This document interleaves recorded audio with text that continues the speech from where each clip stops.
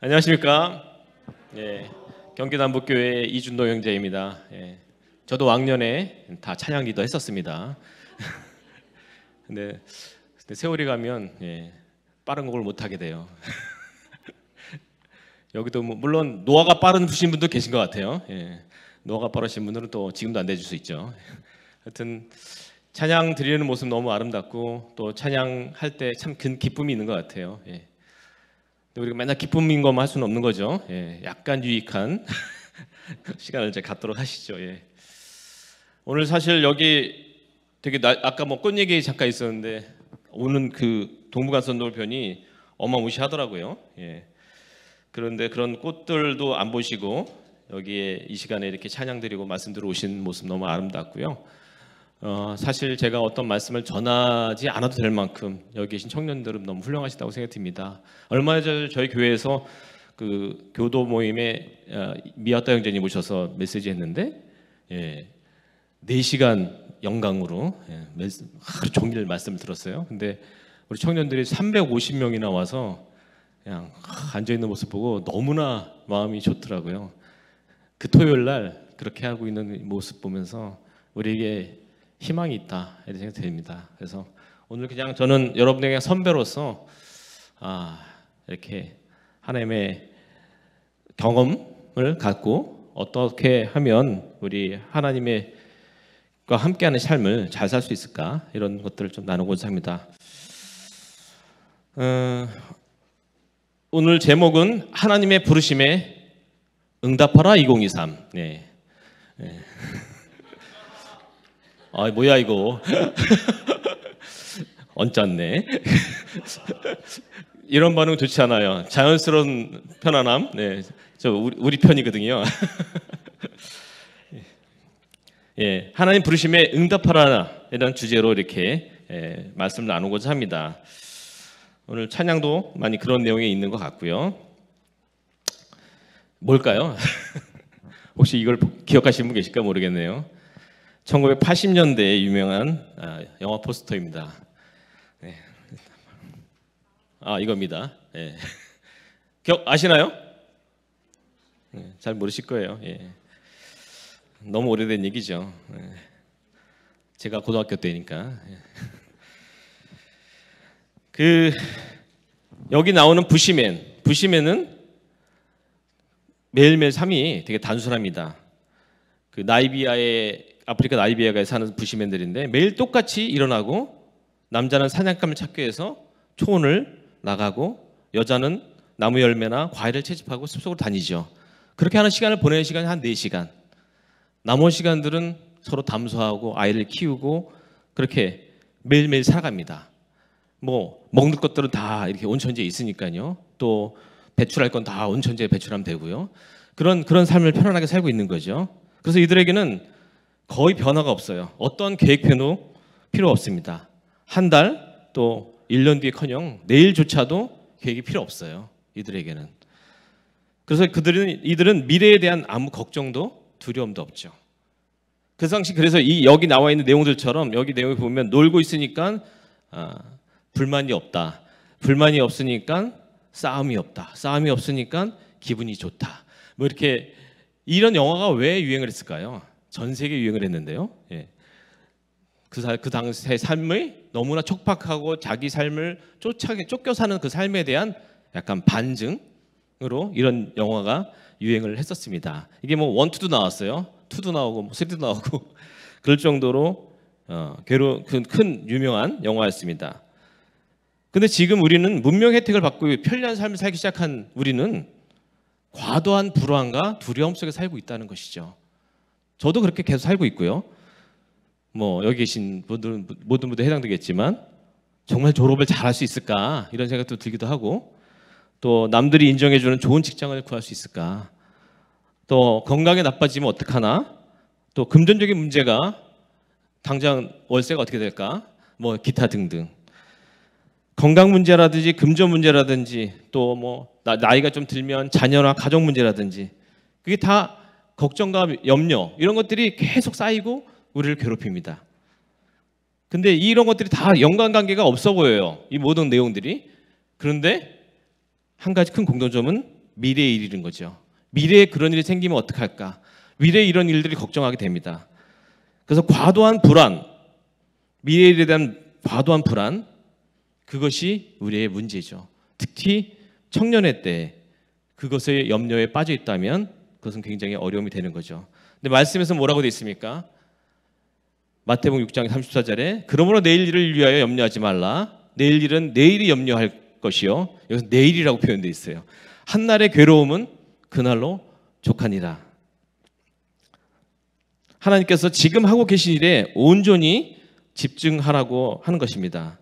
하나님께서는 우리가 미래에 대한 너무 많은 생각을 갖는 것을 별로 탐탁지 않게 생각하세요. 그 불안에 빠지는 것조도 별로 하나님은 좋아하시지 않으세요. 하나님께서는 현재 바로 지금 하시는 일에 온전히 집중하기를 원합니다. 그런데 사실 그렇게 어렵죠. 여러분 청년 때 특히 과도기이기 때문에 지금 준비한 것이 결국 나의 삶을 어떻게 인도해 나갈지, 세상에서 어떻게 살아갈 건지를 결정하기 때문에 굉장히 괴롭고 힘들 수 있습니다. 직장을 선택하고 배우자를 만나고 또 여러 사람들의 관계성을 이렇게 만들어가고 결국 지금의 어떤 것들이 나중에 중년, 노년 때 나의 성공적인 인생을 좌우할 수 있다는 그런 강박에 빠져 있기 때문에 미래에 대한 두려움과 괴로움이 있는 것입니다. 근데 사실 뜻대로 안 돼요. 예. 제가 지금 직장 생활로는 거의 28년 차, 예. 뭐 중간에 제 사업도 했으니까 뜻대로 하나도 되는 거 없습니다. 예. 매우 잘 나갈 것 같았어요. 40살에 임원이 됐으니까. 근데 그 회사가 망했어요. 건설사가 망했어요. 그래서 제가 하는 해외 사업, 해외 건설 사업 하는 거를 하기 위해서 재사업을 했어요. 해외를 개척하는 일들을 시작했어요. 뭐 말도 안 되는 나라를 다녀봤어요. 온두라스 들어보셨어요? 비행기로 30시간 갑니다. 예. 비행기가 끝도 없어요. 한도 끝도 없어요. 매 7끼를 먹어야 집에 돌아올 수 있고 갈 수 있어요. 비행기 안에서. 물론 이제 다 트랜지트하는 시간을 3번 트랜지트해서 오는데 그러다가 결국 베트남에 가서 뭘 하려고 했지만 그래서 토지를 확보하고 뭔가 될 것 같은 그런 큰 기쁨, 그다음에 뭔가 해낼 수 있을 거라는 그런 기대, 코로나가 터졌어요. 못 들어가요. 거기 회사가 있고 직원들이 있고 들어갈 수가 없어요. 얼마 전 일이죠. 예, 망했어요. 뜻대로 되는 거 하나도 없습니다. 예. 그런데 그걸 왜 염려하고 우리가 살아야 돼요? 제가 살아보니까 지금 그 얘기를 말씀드리려고 하는 거예요. 살아보니까 미래를 정하는 것이 무엇을 선택할지 고민해봐야 소용없다는 거예요. 무엇을 가질 것인지 고민해봐야 또 상관없어요. 그리스도인은 세상 사람 모르겠어요. 그들은 그걸 지혜롭게 선택하는지 모르겠어요. 하지만 하나님의 자녀들은 그거에 고민할 필요가 없더라고요. 하나님께서 우리에게 주신 사명 가운데 어떻게 내가 존재할지 이거를 선택하는 게 중요하더라고요. 제가 바로 그래서 망했으면 어떻게 했어요? 어려워질 것 같았죠. 하지만 또 하나님은 또 필요를 채우세요. 오늘 찬양 리스트에 보니까 모든 것이 주님의 은혜라면 이라는 찬양 제가 듣고 오다 보니까 고르고 골라 내게 주신 것이 정말 확실하다면 뭘 고민할 필요가 있겠어요. 하나님께서는 우리가 어떤 걸 선택하든 간에 그 가운데서 최선을 다하시거든요. 사울왕이 그랬잖아요. 사울왕이 실패할 사람이었지만 베냐민 지파 중에서 가장 아름다운 고르고 골라 사울을 선택하시죠. 물론 잘못됐어요. 제가 사는 삶도 아까 말씀드린 여러 가장 긴 내용이 있겠죠.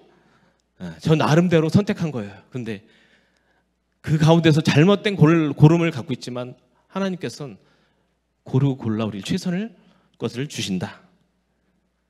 어떤 불안한 것은 소유로 채우는 것이 아닙니다. 불안한 것은 관계로 채우는 것도 아닙니다. 불안은 하나님의 부르심에 응답하면서 그분의 임재 안에서 채워지는 거더라고요. 하나님이 함께 할 때 그 불안은 없어지는 거죠. 미래에 대한 불안은 없어지는 거죠. 왜? 그분이 아까 찬양 가사처럼 고르고 골라서 최선의 것을 우리에게 주실 거니까요. 지금 저에게 최선의 것 주셨어요. 또 뭐 어려운 가운데 또 다 극복되고 또 일어나고 편안하게 하나님을 섬기고 교회도 뭔가 제가 할 수 있는 일도 할 수 있고 이런 기회가 주어졌어요. 제가 해외를 나다니다 보니까 교회를 못 돌아봤는데 딱 돌아왔을 쯤에 저희 교회 광교나무교회 와보셨는지 모르겠지만 제가 그걸 설계할 수 있는 기회 시간이 딱 주어졌어요. 맞아떨어졌어요. 제가 갖고 있던 그동안 쌓았던 모든 노하우를 다 동원해서 그 교회 인테리어를 설계할 수 있는 기회가 저에게 왔었어요. 어떻게 존재할 것인가, 내가 어떤 존재가 될 것인가, 그게 중요하더라고요. 내가 사업을 잘해서 뭔가 선택하는 것은 하나님 원하시는 바가 아니더란 거죠. 그 모든 헛된 미래의 불안으로부터 벗어나기 위해서는 지금 하나님의 부르심에 나아가야만 합니다. 오늘 제목처럼 첫 번째, 하나님 부르심에 내가 여기 있나이다 라고 응답해야 합니다. 출애굽기 3장 4절에서 5절 말씀 다시 한번 읽어볼까요? 시작.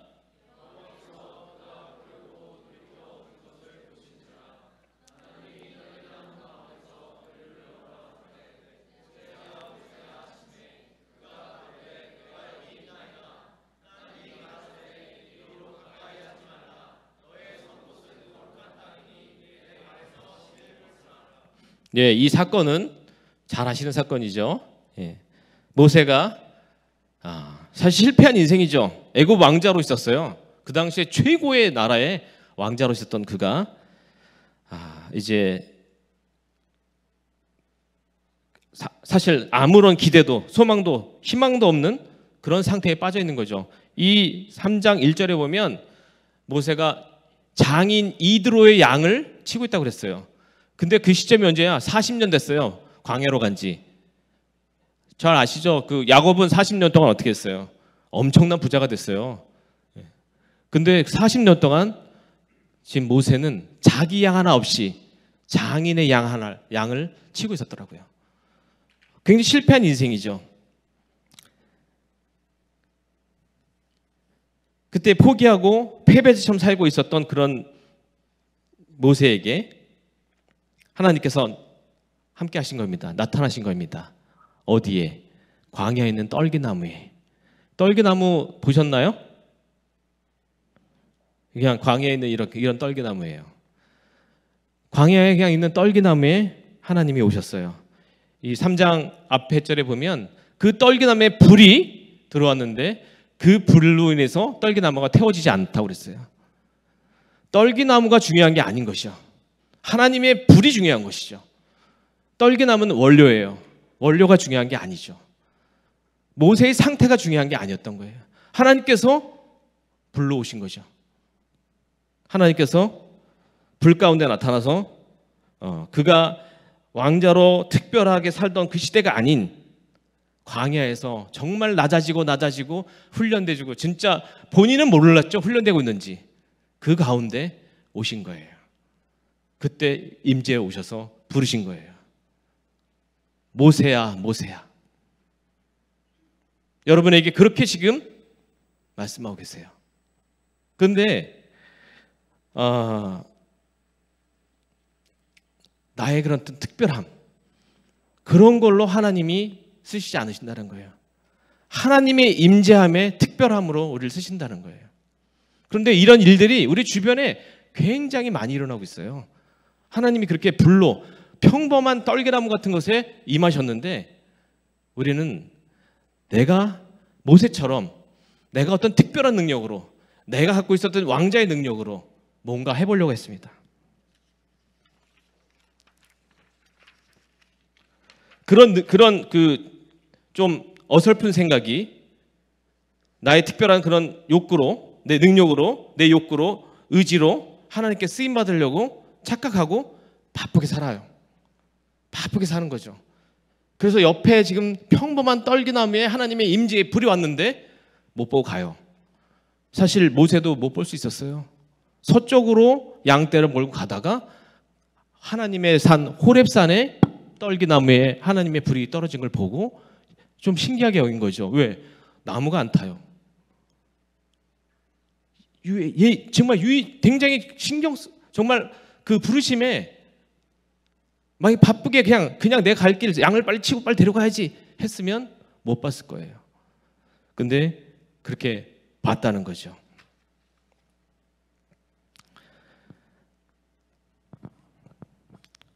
계속 말씀드린 것처럼 우리가 어떤 특별한 걸로 하나님께 드리려고 착각하고 그 특별한 걸 만들기 위해서 스펙을 쌓기 위해서 아까 처음에 말씀드린 것처럼 시간을 보내고 미래에 대한 두려움으로 빠져 있다면 하나님의 이런 임재를 보지 못하는 겁니다.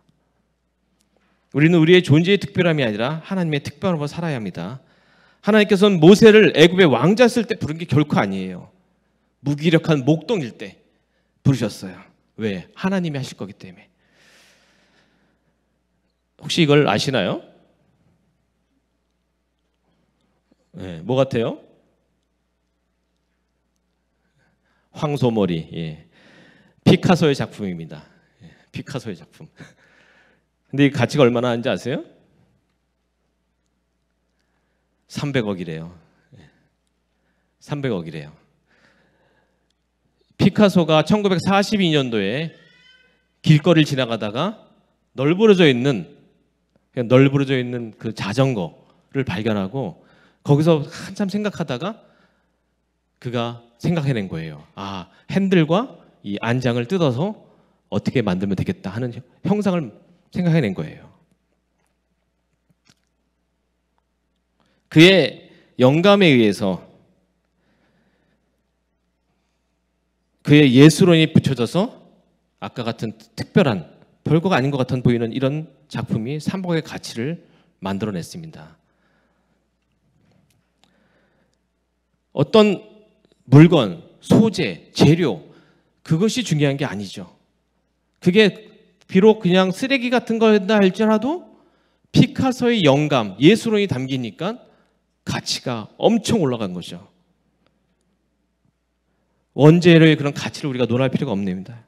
나의 어떠함을 논할 필요가 없는 겁니다. 우리 인생이 누구의 계획 따라 누구의 손에 들렸다가가 중요합니다. 그 쓰레기 자전거가 피카소의 손에 들리는 순간 달라진 거예요. 우리는 그 가치는 우리는 어떤 그 물건이 아니죠. 제품이 아니죠. 제품은 품질이 좋아야 돼요. 품질이 나쁘면 나쁜 물건이에요. 우리는 제품이 아니고 작품인 거죠. 작품. 하나님 손에 놓여지면 우리의 어떠한 것 상관없이 우리의 가시떨기나무 같은 평범한 것다 할지라도 작품이 되는 겁니다. 그것은 만드는 사람에 의해서 그 가치가 정해지는 것입니다. 하나님 뜻과 의도가 우리 삶에 어떻게 드러나는가가 작품의 가치로 드러나는 것입니다. 하나님 손에 의해 결정되는 것입니다. 그래서 이런 하나님의 임재의 부르심에 순순히 내가 여기 있나이다. 내가 여기 있나이다. 모세야, 모세야, 내가 여기 있나이다. 이렇게 응답하여야 할 때인 것입니다. 두 번째, 하나님의 부르심에 우리가 열정적으로 응답해야 됩니다.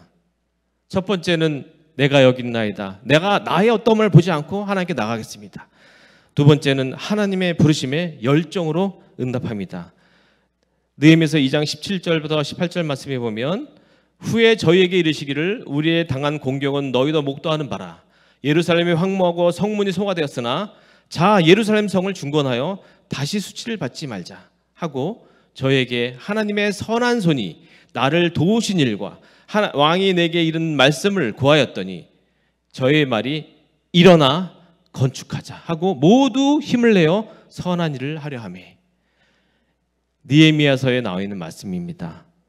이 사건을 통해서 이스라엘 백성들이 도저히 세울 수 없는 그 성벽은 세울 수 있는 성벽이 아니에요. 왜냐하면 그 페르시아는 28개의 나라로 만들어진 연합국이기 때문에 어떤 독립적으로 무슨 일을 하는 것을 식민하고 있는 페르시아도 인정하지 않았어요. 그리고 왕이 이미 조서를 내려서 모든 것을 하지 못하게 다 막아놓은 상태여서 비록 3번에 걸쳐서 포로로 돌아와서 그 성전을 지었지만 성전만 덜걸어 있는 상태였고 그것을 보호할 수 있는 성벽이 없는 상태. 그때 느헤미야가 세 번째로 3차로 기원전 444년도에 돌아왔을 때 일어난 일이에요. 근데 그 돌아오는 과정 가운데 술 맡은 권한이었던 느헤미야가 어떻게 그 일을 해왔는지를 이제 이 말씀에 보면 이 이스라엘 백성들이 거기 있는 이미 굉장히 성전 지을 때는 좋았지만 그 다음에 무너져 있는 마음이 있었어요. 굉장히 무너져 있는 그들에게 하나님이 거기까지 어떻게 느헤미야를 이끌고 왔는지를 자세하게 얘기하는 순간 그들이 일어나 건축하자. 스스로 열정이 일어나서 그 성벽을 짓는 그런 사건이 있습니다. 제가 시간이 많이 되면 참 많은 말씀 나눌 수 있겠지만 시간이 없기 때문에 간단하게 말씀드리고요. 거기서 그 열정은 뭐냐? 열정은 뭐냐? 예, 영어로는 이거예요. 예. 엔소시어즘, 헬라어로는 엔테오스. 그 열정은 헬라어로 엔테오스인데 하나님으로 충만한 또는 영감을 받은 하나님이 함께 하신다는 하나님 안에 그게 열정인 거예요.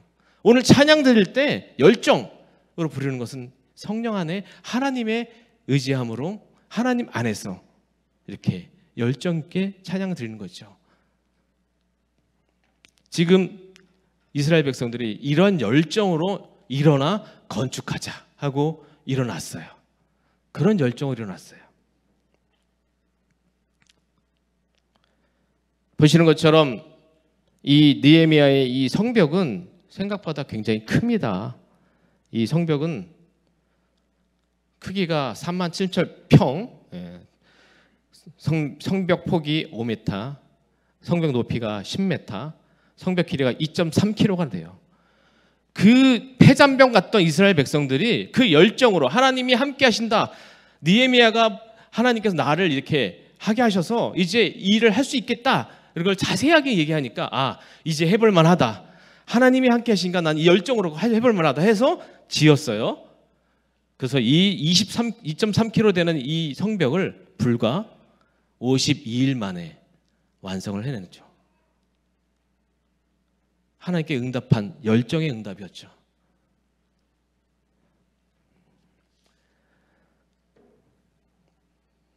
그들은 정말 엔테오스, 하나님이 함께 하시니 내가 해볼 만하다 하는 마음으로 이 일을 해냈습니다.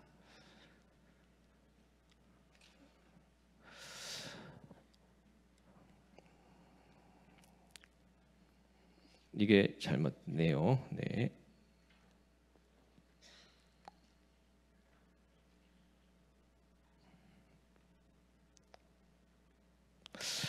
우리가 하나님이 함께 하신다고 생각한다면 어떤 일도 할 수 있습니다. 어떤 것도 열정으로 나아갈 수 있습니다.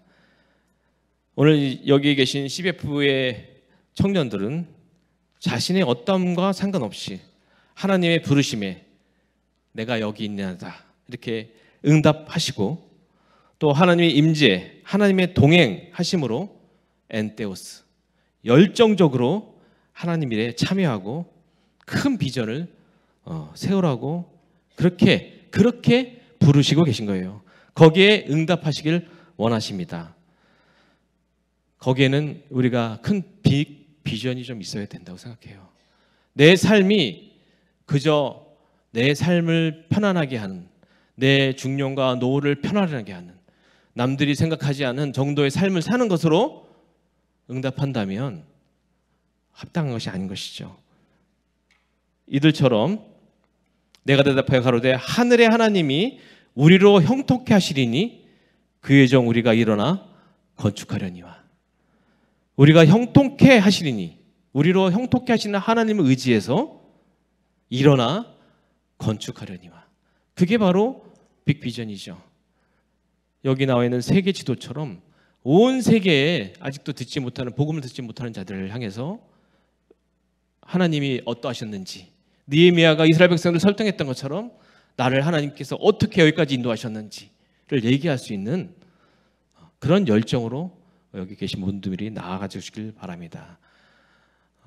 하나님께 부르심에, 하나님의 부르심에 정말 응답하라 2023, 응답하는 그런 한 해가 되시기를 바랍니다. 예. 잠깐 기도하겠습니다. 하나님 아버지, 하나님께서 저희에게 얼마나 귀한 복음의 말씀을 주셨습니까? 저희는 세상에서 버림받을 수 있고 세상에 아무것도 성공할 수 없는 그런 연약한 자들이었습니다.